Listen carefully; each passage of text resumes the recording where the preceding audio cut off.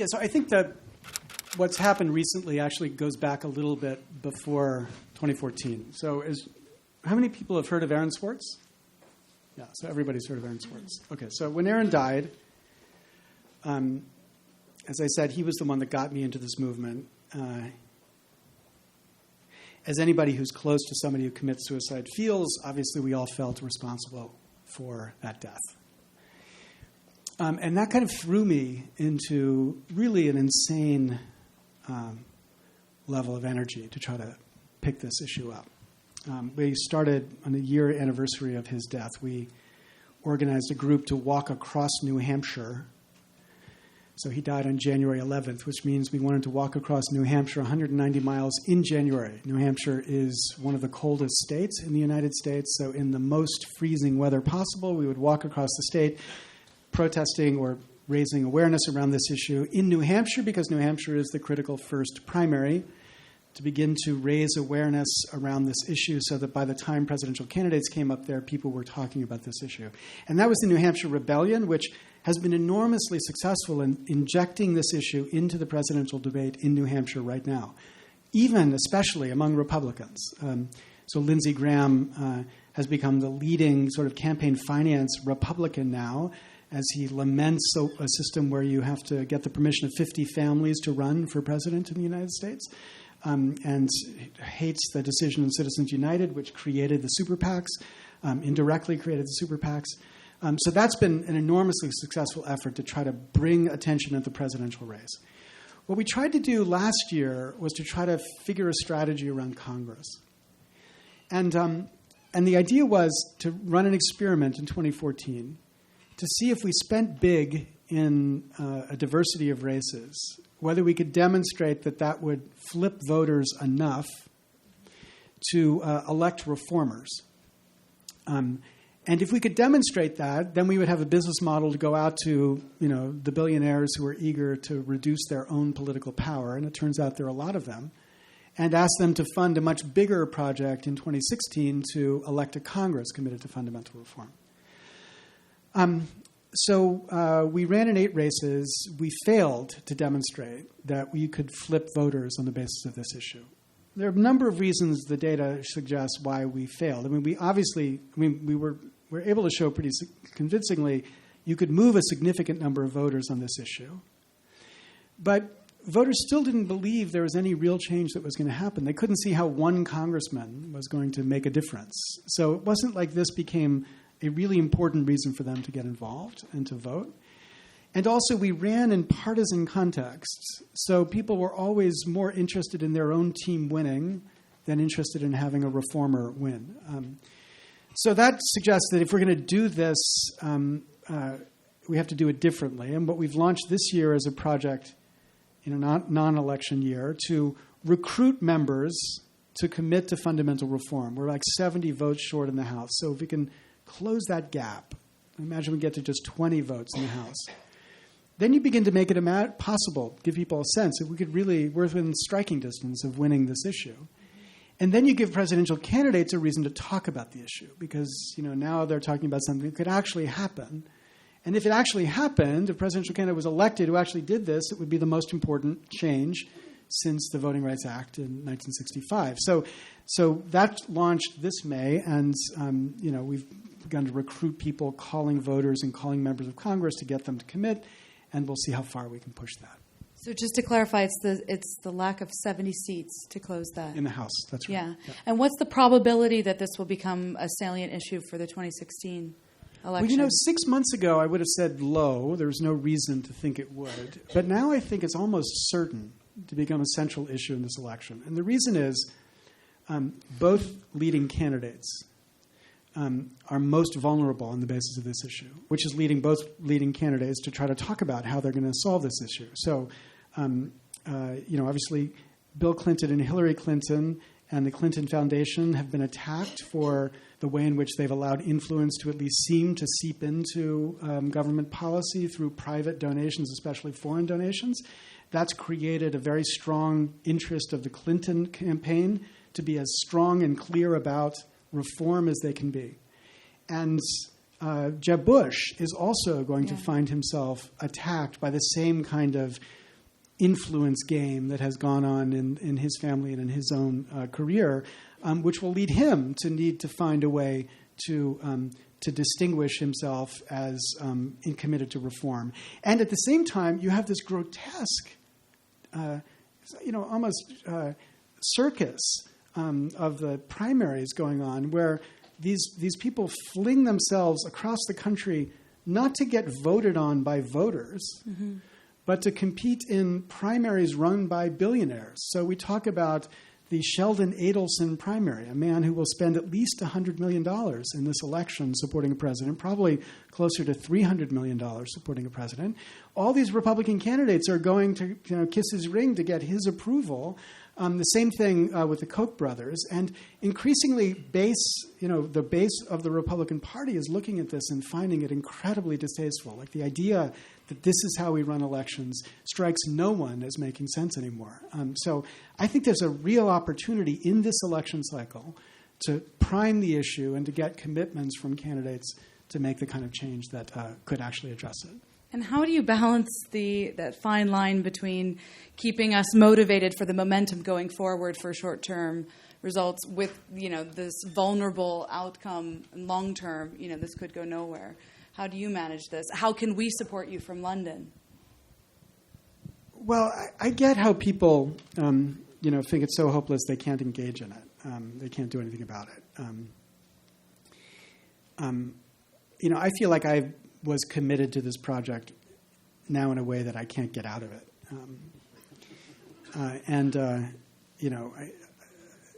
There's no Aaron to plead with anymore. Please let me go. Let me go home because he's gone.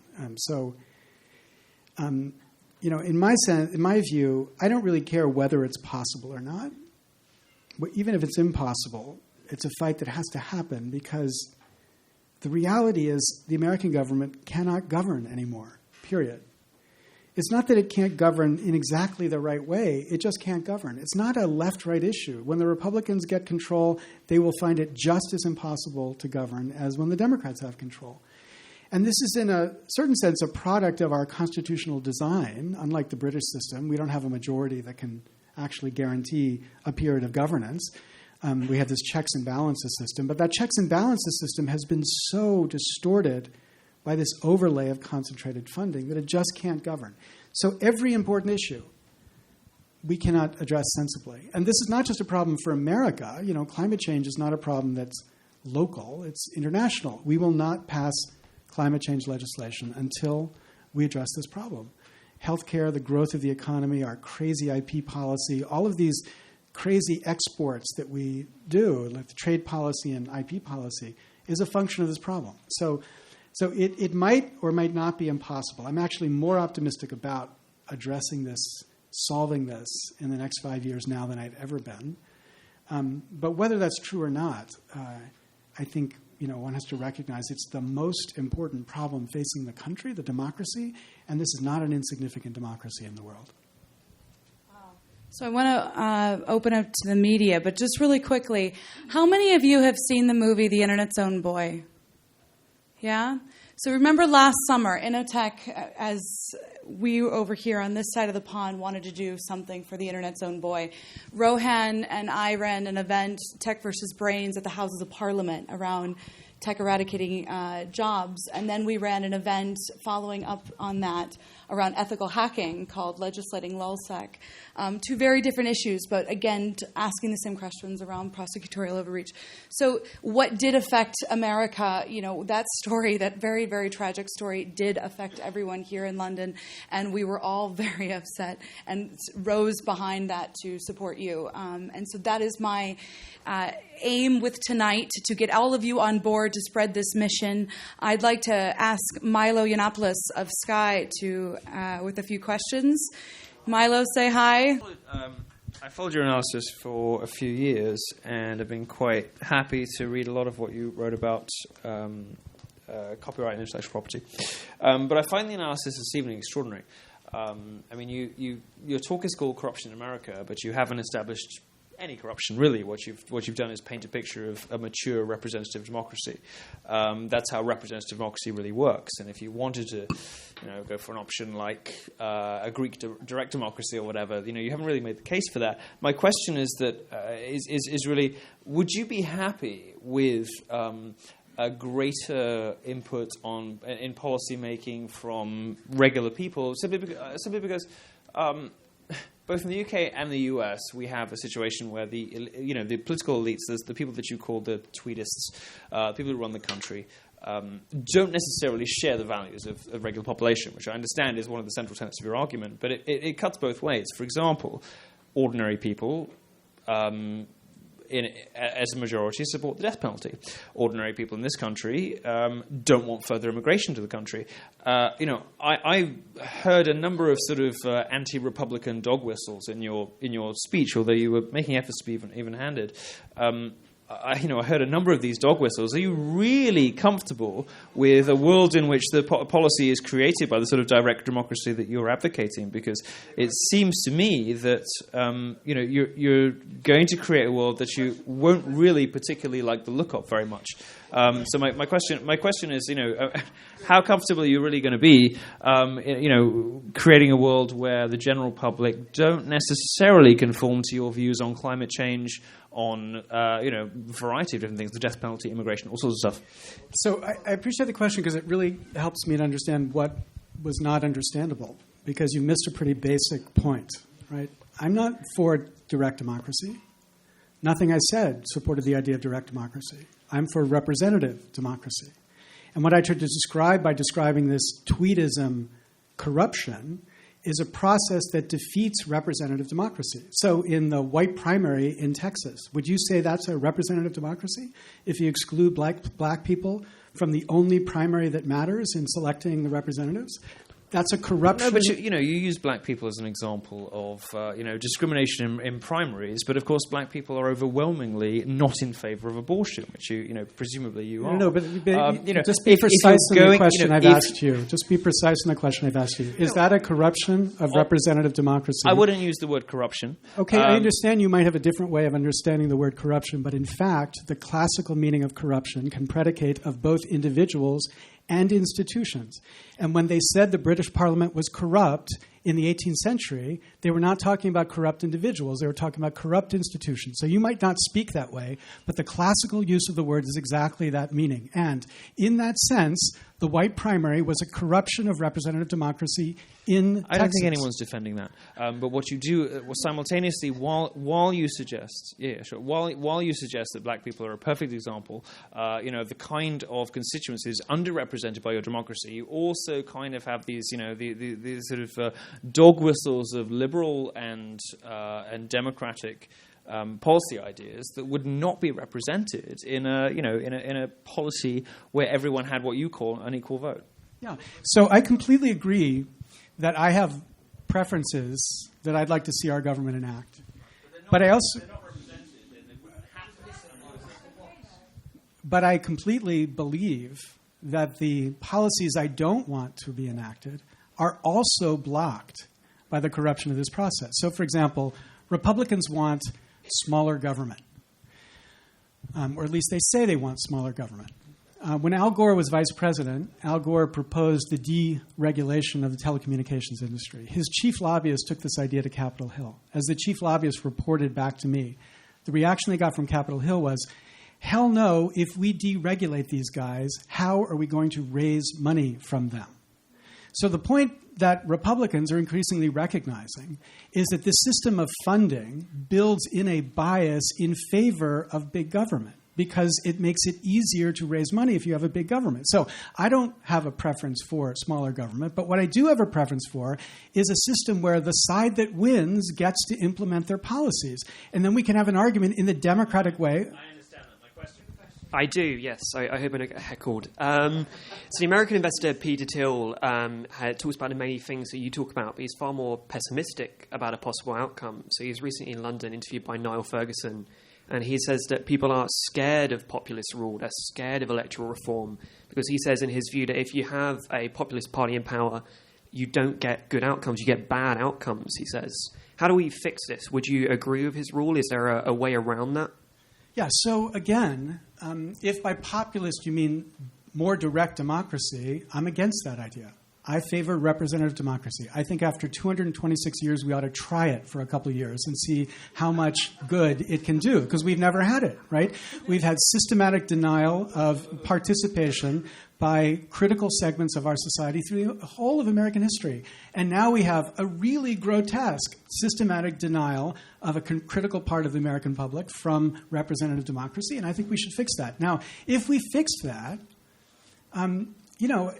I think it's not to understand America to suggest that the natural result would be Peronism, right? I mean, America is a very conservative country, and even if you fix representative democracy in the way that I want to fix it, it's quite plausible that for many years and cycles we have representative democracy that's Republican and right-wing. And, of course, in that situation, just like in your government, you fight against the party that's in power. If you're the party that's out of power, that's what we'll do through the democratic process. But the democratic process ought to be representative, and this process, because of the structural corruption of the way we fund campaigns, is not representative. Fix that, and we'd have representative. We wouldn't necessarily have populist. Mm-hmm. And related to that, I mean, the tech sector, certainly in America, is quite isolated from the general population. So how do people like Peter Thiel and other American investors, and indeed investors in the UK, how do they engage with the population, and how do they get involved in politics in a way that doesn't separate them from the general population? My experience with the Silicon Valley people is that they don't want to be involved in politics. They don't want to have to be involved in politics. And most of them believed in the beginning they didn't have to be involved in politics. That was Bill Gates, until he was sued by the government in the Microsoft case. That was Google. That was Peter Thiel.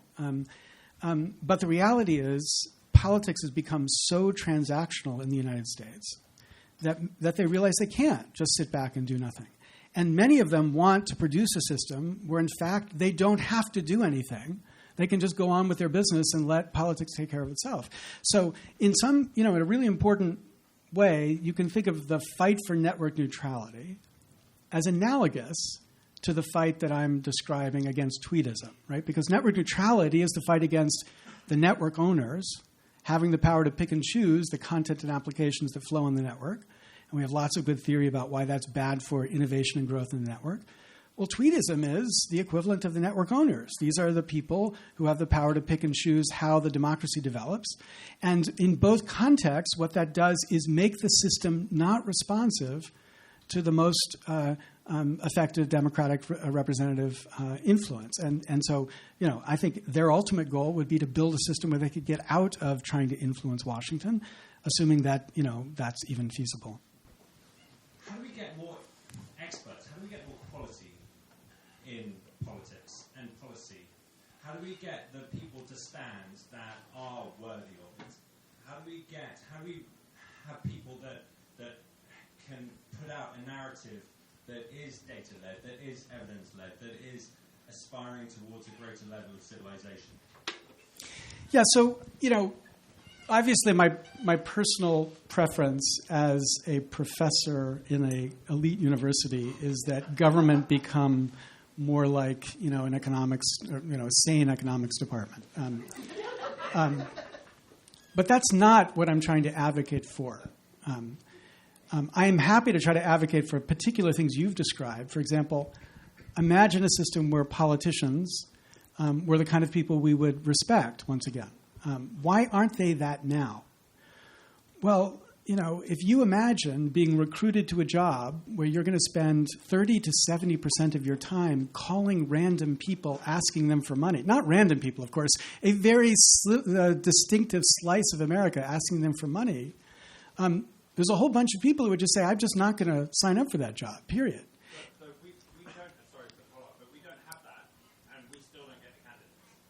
Yeah, so I'm not going to tell you anything about what you can do in Britain. I spent 3 years here, and I felt like I understood it less after spending 3 years here than I did when I came in. So I'm not sure about politics in general. I'm talking about the particular pathology of American politics, which it's not the case that British politicians have to spend that amount of time raising money, obviously. And the other thing is the way in which campaigns have become perpetual, and fundraising has become perpetual, primes a certain kind of political engagement. So the most effective way to raise money is to be as negative as you possibly can against the other side. That's the guaranteed strategy for rallying your base to give you money. So if you need to raise money full time from one election to the next election, that means there's never a period of time anymore when there's an opportunity for governing. Now, you said there's no news to the fact that money is destroyed. You used a profane word. I don't know what it was. But the point is, this is news. This system has changed dramatically in the past 20 years. This is not the system that existed forever in the United States. It is literally 20 years when the norms of Congress have been so radically changed by this explosion in the drive to be able to have to raise money. And there are lots of non-conspiratorial reasons for the shift, like once the Republican and Democratic Party became perfectly competitive so that control of government could shift in any election cycle, that made the fierce competition to gain control, the control premium, so much greater. And that led leaders in Congress to use members of Congress as fundraisers rather than legislators. I mean, all of these are changes that are natural given that initial change. But this is a different system from the system that Ronald Reagan lived under. And so I think we need to identify what is the change that has brought about this difference. And what I'm suggesting is one really critical change, which is different from the kind of sloppy thinking that this is about elites. It's not about elites. The one critical change is the fundraising elite, which is different from an intellectual or business or even cultural elite in America. It's an elite that's driven by this tiny number who are concentrated in the funding of campaigns. Okay, right here. Well, I have to ask Nick first. Nick Peters. Business Insider. You want to just shout? Yeah, go loud. I covered elections in America for 12 years. I lived in Washington, D.C. And there are a number of attempts to change the way the system works. It's like a game of whack-a-mole. Every time you manage to get one, another problem would pop up. And what I'm trying to establish is, where do you think, once you take the power away by giving the power back to the people who currently have the power aren't going to be happy about that. They're going to find another way to exercise it.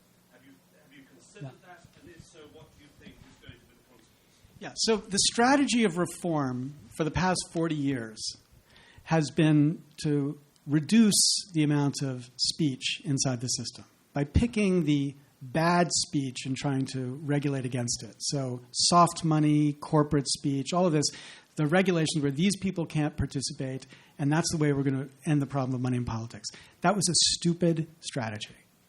It was stupid for the whack-a-mole problem, and it was stupid because of the Constitution. It was quite clear from the very beginning the Supreme Court was not going to permit Congress to basically pick and choose which participants in the political process will be favored and disfavored because of their ability to engage in the political. So rather than the strategy of trying to silence or to quash down speech, what's now being talked about, the borrowed part of my talk, are people who are pushing for increasing the influence of people. So rather than the solution to concentration is dilution. So to dilute the influence so that it's not 50,000 people are the relevant funders, but it's 5 million or 10 million or 50 million, so that the influence of the funders is like the influence of voters in the sense that you've got to get lots of them in order to succeed. That change would be dramatic, not so much in, again, evoking the idea of giving power back to the people. It's not that rah-rah, right? It's much more pedestrian understanding of the way influence happens inside of a political process. So what do we know about that influence in the American economy right now? That's why I talked about Jim Cooper's Capitol Hill's become a farm league for K Street. There has developed in Washington, with lobbyists, an incredible economy that has made lobbyists incredibly wealthy. Because lobbyists and members have this mutual dependency, right? So members of Congress have a dependency to raise money. And they raise money by calling people, but they also raise money by having allies channel money to them. So if you channel money to members, you're a good friend of the member, and the member is eager to reward you. Well, that's what lobbyists can do. Lobbyists are in the business of telling their clients where their clients have to be sending their checks. They're in the business of running fundraisers that then give money to members of Congress. They're in the business of getting money themselves. And the lobbyists have their own dependence. They have a dependence on getting results in Congress or in the government that they can then sell to their clients. So this mutual dependence has produced this spiraling economy of investment inside of Washington by business who see huge returns from investing inside of Washington. There's this whole field of research now by economists calculating the return on investment for lobbying dollars in Washington. And the return on investment for tax policy lobbying dollars is estimated anywhere from 150 to 2,000%. If you invest that money, the lobbyists are basically able to say, we can get you this special slice in the tax code, we can get you a special benefit that gives you this huge return. And that's because lobbyists are able to deliver, and they can deliver because the members depend on them. Okay, imagine we change that economy. So lobbyists were not in the center of fundraising anymore. Now, lobbyists are still necessary. They're an important part of the process. They need to be there to tell members of Congress what their legislation is going to do or not. But the only thing that they do is to give them arguments. You know, John Edwards used to say, when we used to quote John Edwards, there's all the difference in the world between a lawyer making an argument to a jury and a lawyer handing out $100 bills to the jurors. And that's the difference that our lobbying system doesn't have right now. But if it did have that difference, lobbyists would still be valuable, but they wouldn't be incredibly valuable.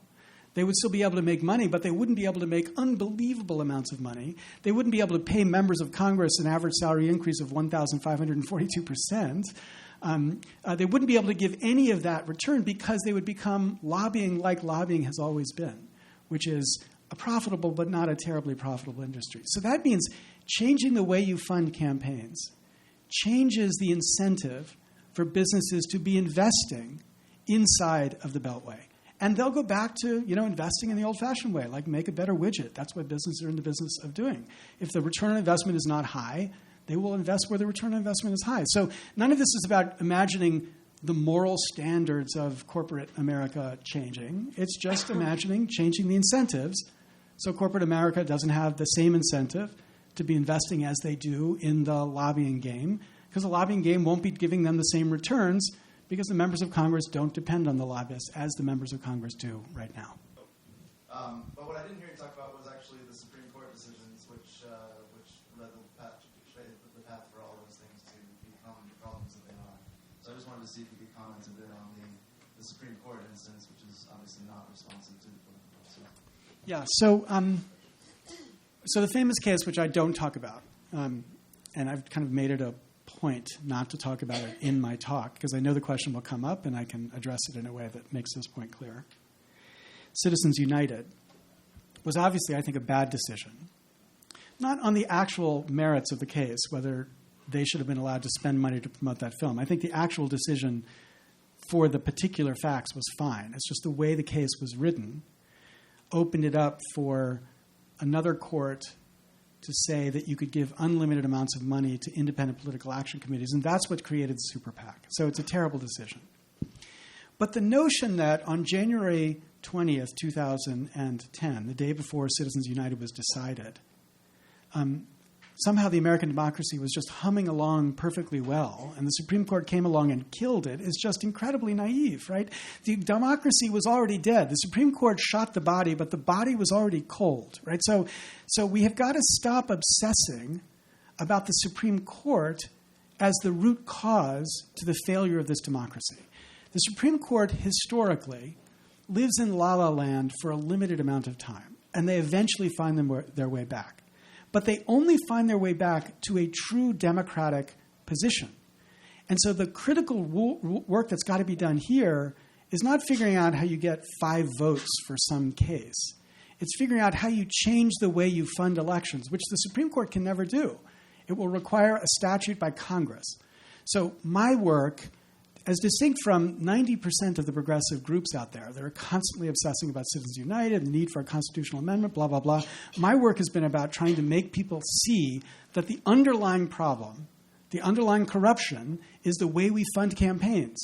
and not corruption in a traditional sense. I don't think our Congress is corrupt in that sense. I think it's the cleanest Congress in that sense in the history of Congress. There are fewer people engaging in bribery or influence peddling than ever in the history of our Congress.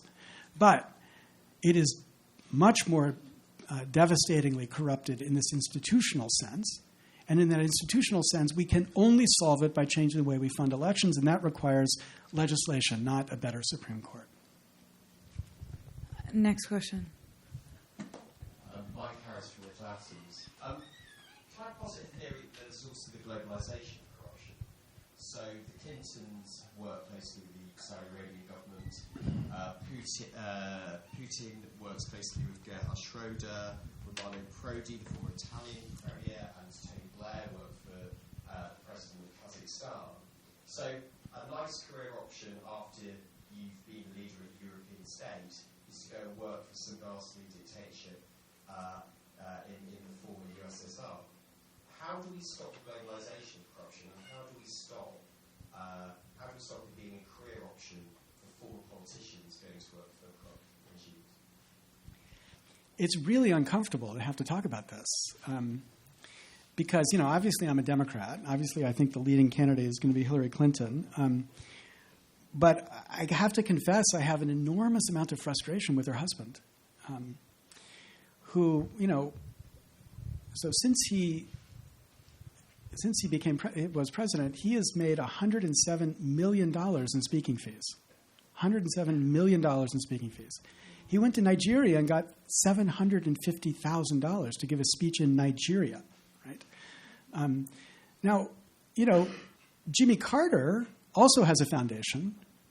Jimmy Carter also gets paid to give speeches, but all of his money is contributed to the foundation.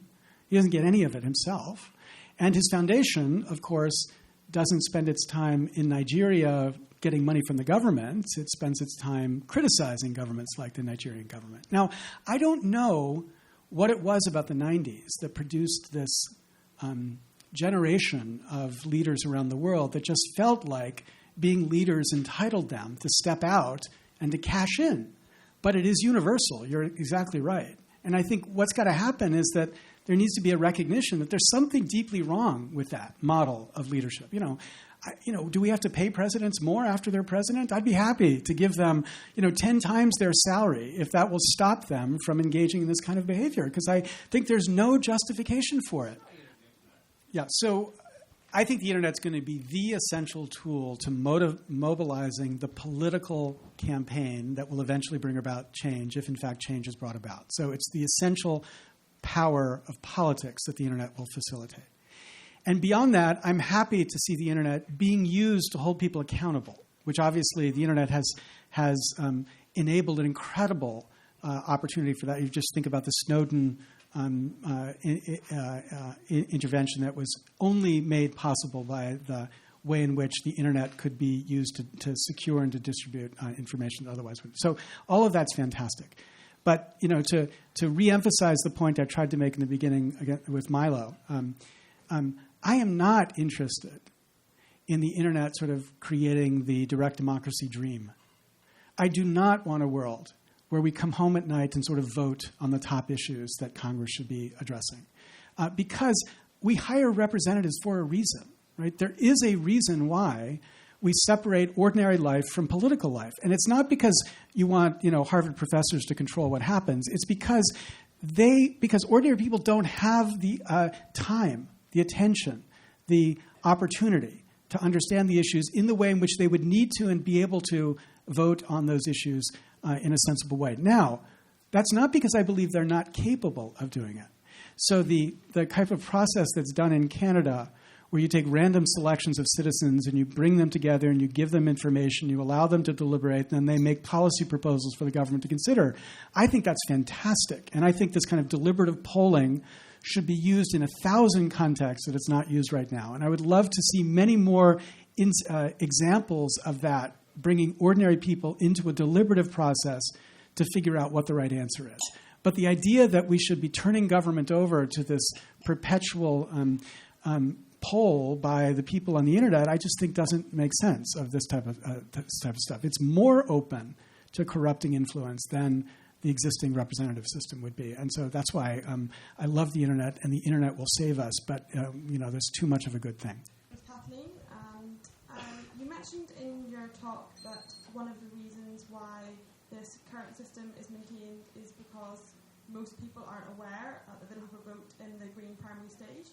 At the same time, you also mentioned that 98% of people care about changing this relationship between money and politics. So I was just wondering, what do you feel like the barriers are for getting this powerful idea out there, and what opportunities are there in terms of like pressurising the right trigger points? In addition to that, just reflecting on representative democracy, I think it would be really great to give an opportunity to more women to speak and ask questions, and also people of ethnic minorities. Thank you. So what stops that? Well, one thing that stops that is, how to say this in not the way you would say it,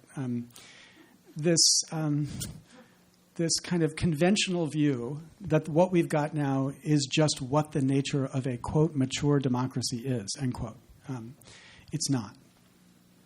It's not, because a mature democracy does not need, in its nature, in its design, to make itself susceptible to this cabal of narrow, special interest. Doesn't need to. It needs to be reflective. It needs information. It needs to have good judgment about what it does. That's in the essence of what a democracy needs. But it doesn't need to sell its soul to, in America, 50,000 people to be able to make itself funded. It's just that's just the reality of how we've allowed it to develop.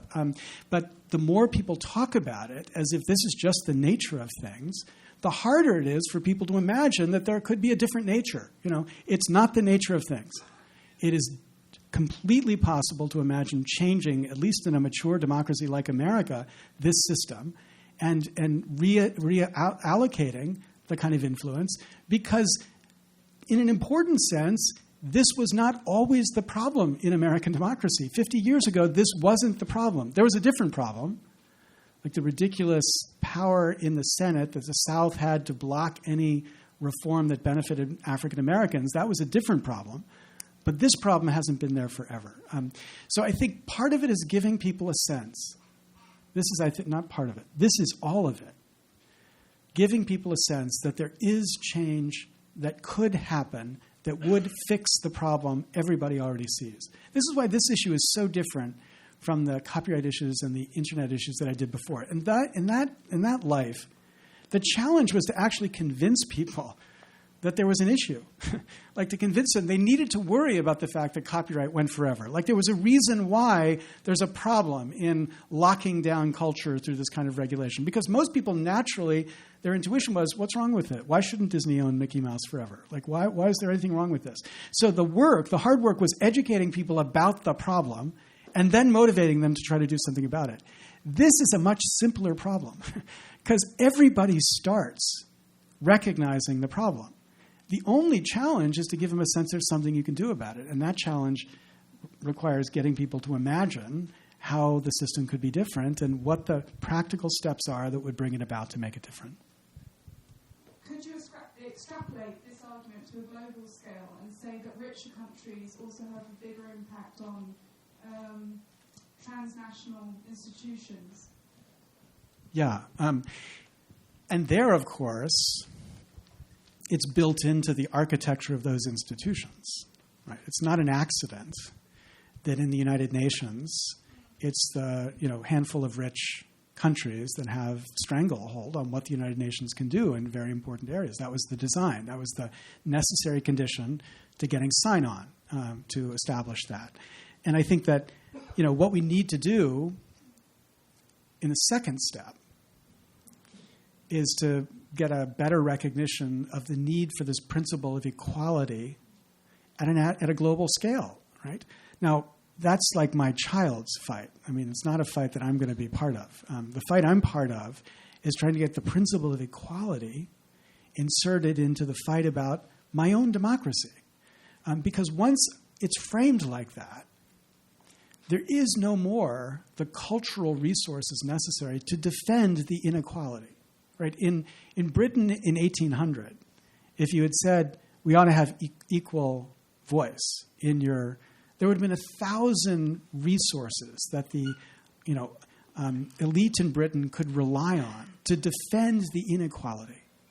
They could have 1,000 reasons why it made sense to have an aristocracy or to have a system that privileged wealth, and it's not possible anymore. You can't make that argument.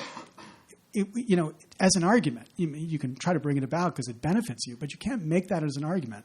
And I think that's the real opportunity here. Like, once you can see that the system is denying a commitment that there is no justification for denying, that builds the kind of movement I think necessary to bring about the change.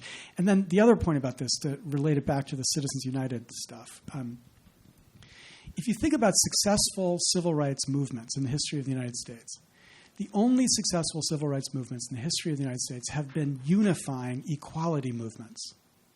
Movements in the United States that have tried to separate and kind of Bolshevik-like movements have always failed.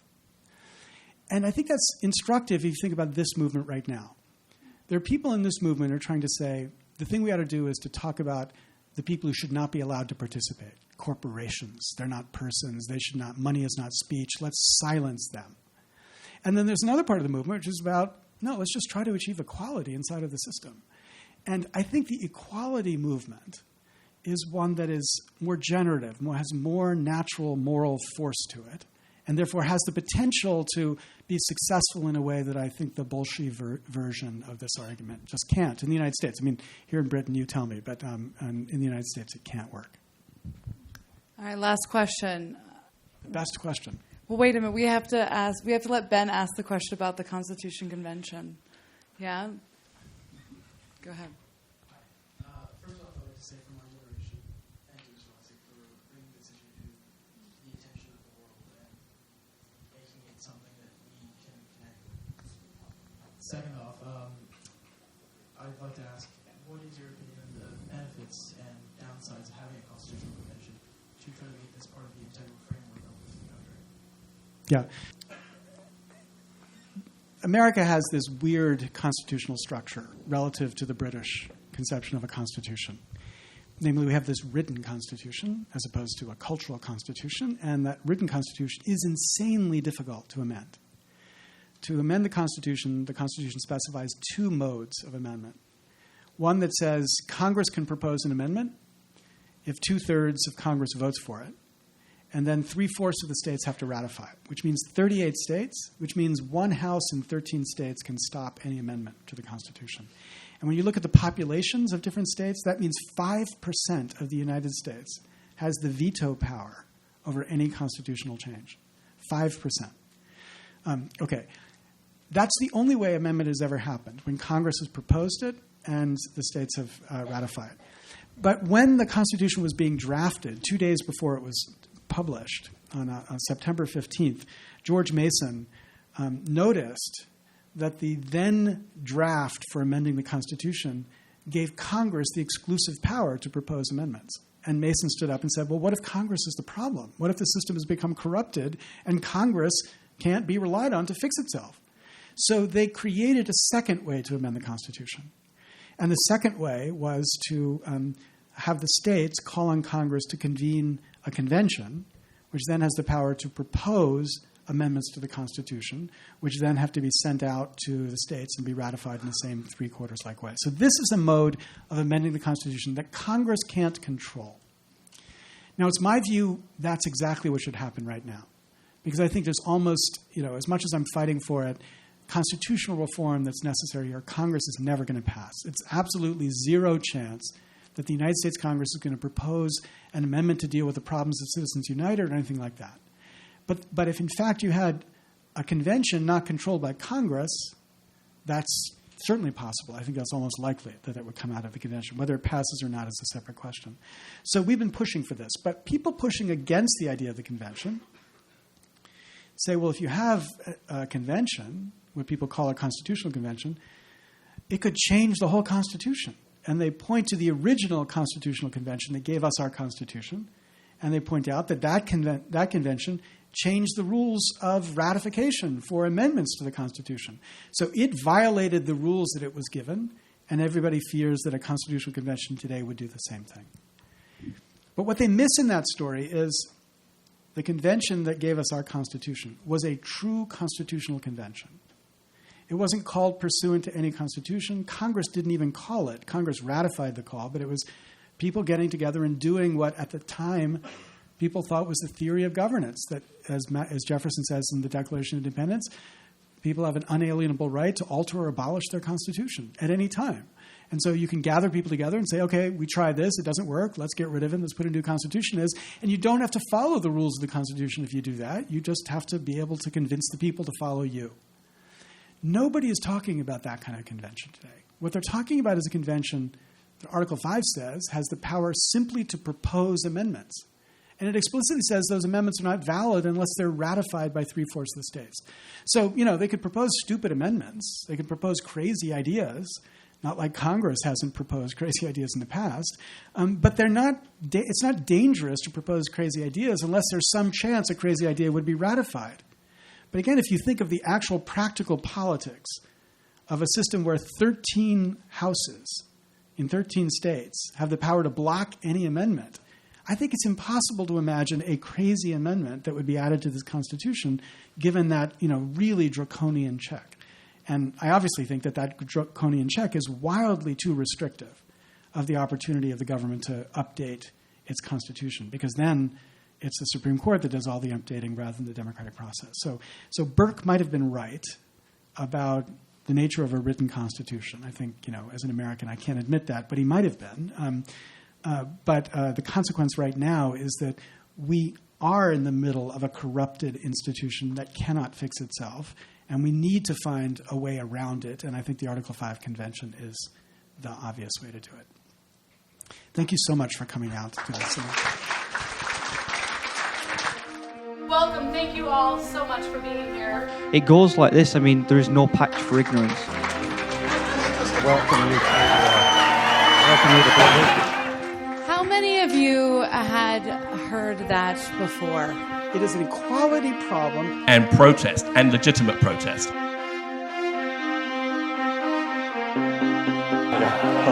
Hey, way to school me. I just showed you how to increase font size, so don't forget the old school hacker here. Viva Innotech, folks. And forward with all your deliberations. Will that do, Jennifer? Can I go now? Thank you very much.